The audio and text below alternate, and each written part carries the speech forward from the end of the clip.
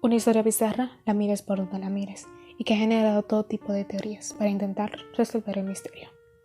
Hey, ¿qué tal? Yo soy Guar y bienvenidos a otro misterioso caso. Esta vez les traigo el extraño caso de las máscaras de globo.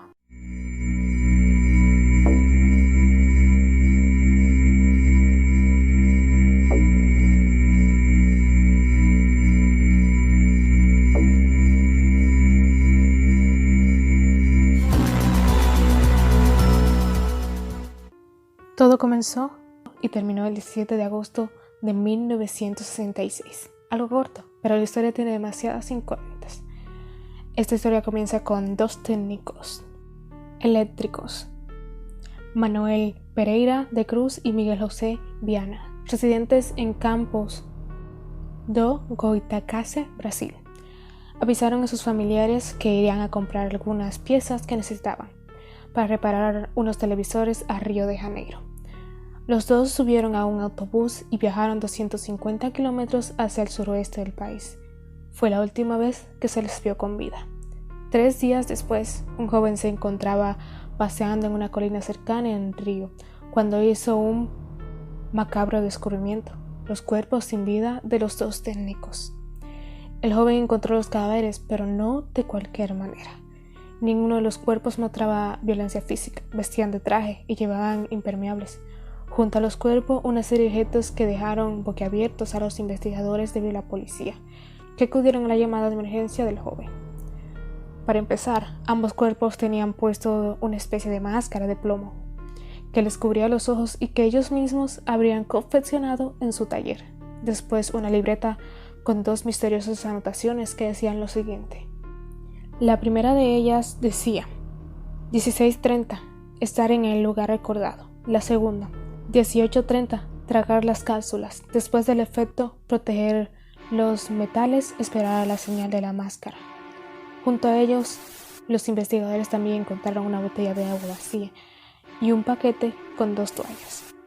Según los investigadores del caso, el uso de las máscaras de plomo podría indicar que ambos técnicos esperaban entrar en contacto con algún tipo de radiación. Otro de los datos que descubrieron poco después fue que la botella de agua había sido comprada en Niterói, un pueblo cercano a donde se encontraron los cuerpos. Y es más, para añadir todavía más misterio, los 2 hombres prometieron a la cámara del bar donde lo adquirieron que se lo devolverían, firmando incluso un papel jurando hacerlo, lo que indica que estaban seguros de que iban a regresar. La mujer declaró también que uno de ellos parecía muy nerviosa y miraba constantemente su reloj. Eso sí, a pesar de haber descubierto el origen del agua, tanto las toallas como el hecho de que llevaban impermeables resultaban inexplicables para los investigadores. Tampoco se encontraron las cápsulas de las que hablaron la primera nota, y la autopsia no reveló ningún indicio de envenenamiento.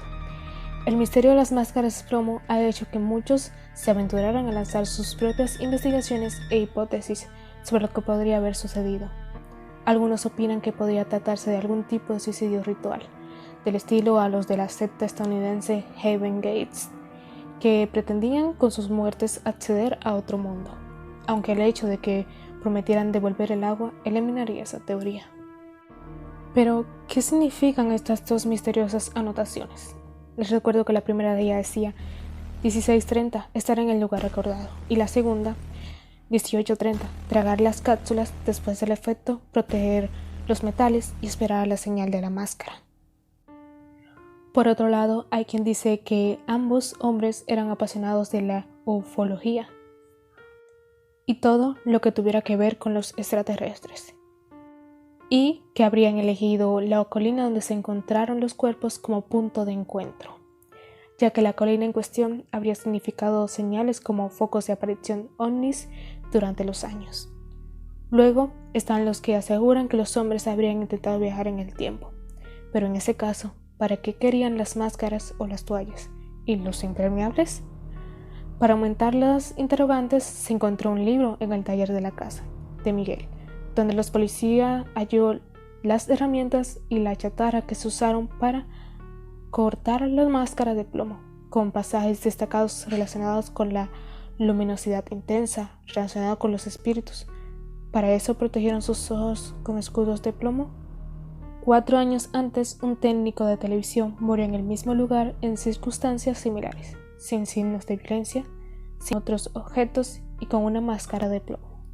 Estaba tratando de captar una señal de televisión sin ningún aparato electrónico y murió después de tomar una pastilla redonda.